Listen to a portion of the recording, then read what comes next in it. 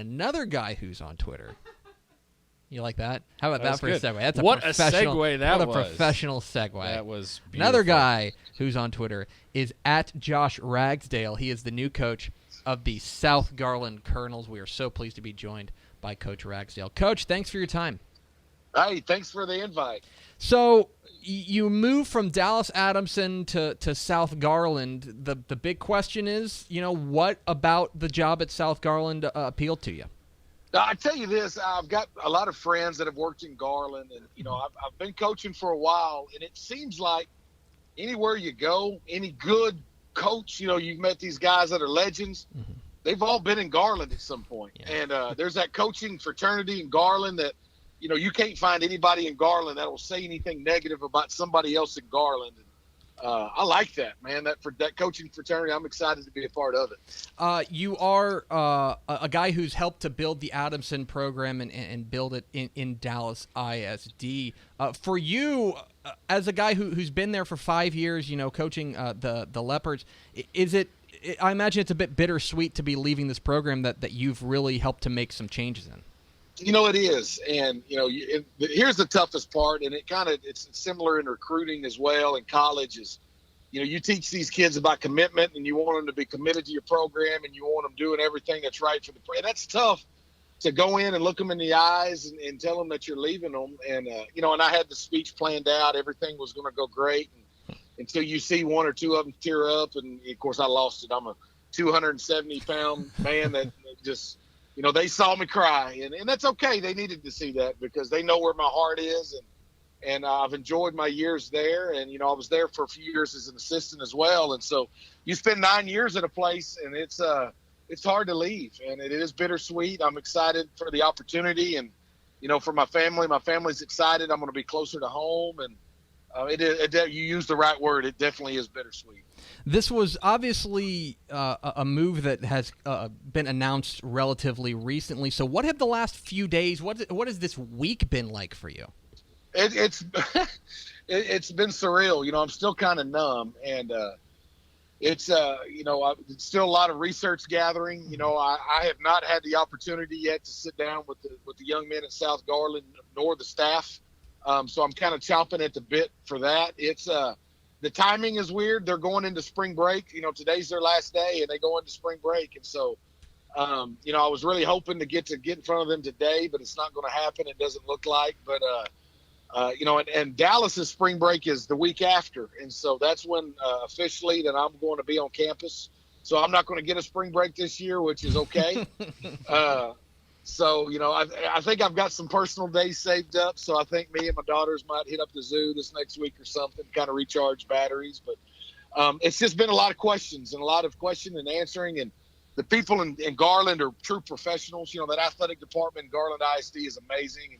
And Homer Johnson, Cliff Oldenwald, those guys are true professionals. And a lot of conversations with my new principal about, plans and working on staff stuff. And I'm like I said, I'm chomping at the bit. I'm ready to roll. What is going to be when you do sit down with your new players out there at South Garland? What's going to be that message? What's going to be the first thing you tell those guys? It's let's get ready to work. This is I want South Garland to be the place that everybody wants to be at, and we're going to get working on day one. I am going to sit back and kind of watch. I don't like being told by coaches, this is what this kid's like. This is what you can get out of this kid. I want to see it, and so.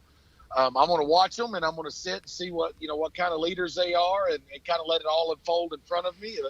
We're going to start working from day one. I already had a couple of players tweet me this morning, and I've told them, get ready to work. Let's get ready to make that bracket, and let's get in the playoffs, and let's do everything we can now to start making that happen. We're talking with Josh Ragsdale, the new head coach of the South Garland Colonels here on DCTF Live. Get involved with the conversation, hashtag DCTF Live. Coach, I want to ask you maybe a bit of a tense question about Dallas ISD. It's been a while since really people go back to those Dallas Carter teams when really that Dallas ISD has been a force as far as a statewide level is concerned. Having spent half a decade there in Dallas ISD, do you think that a Dallas ISD team can compete and can win a state championship? I think so. And I think you hit the nail on the head. It has been a while, and there's been some changes. Gil Garza has come in as our new athletic director from San Antonio, and he's one of the best I've ever been around. And I love Jeff Johnson. I love my time, working for Jeff Johnson as well. But Gil's come in, and there's been some changes made that, it's allowed us to be able to bring in some quality coaching. Stipends have gone up, budgets have gone up, and don't get me wrong, you need athletes to win football games, but you need those other things as well. And, it's hard to keep a good coach when, someone in the suburbs calls and offers them more money and for better hours and all that good stuff. But there's processes in place, and it's going to take some time. And I know Gil understands that. You've got to have a good feeder system. You've got to have a good middle school feeder system going into the high schools. And when I first got to Dallas, that was broke, and that was tough. And you had kids that are your feeder kids ending up at other places, and that's a tough battle to fight. And so there's some plans in places now that's going to pay dividends, but it's going to take a little time. But I think eventually, yes, I think that will happen. But number one, that middle school system had to be fixed, and that started when Jeff Johnson was with us, and has really been put to work even more with Gil. But there's some battles that you fight in inner city that a lot of people don't understand. And that's what's been so attractive about Garland ISD is there's so many great plans in place for athletics that I don't have to come in and ask for those things. They're already doing it. And Dallas is getting there, and it's going to take some time. There are some, and I tell people this all the time, there are some awesome football coaches in Dallas. It's just you don't see it all the time because the state championships aren't happening. Mm-hmm. But I think it's coming. It's going to take some time, but eventually I think so. And Coach, another thing that's I know very near and dear to your heart is the Take the Pledge campaign against domestic violence. This is something that you've been very involved with. You've helped to launch and get off the ground in Dallas ISD. For our listeners, can you give them a little bit of an idea of what this thing is all about and why it's so important to you? Sure. A few years ago we were invited.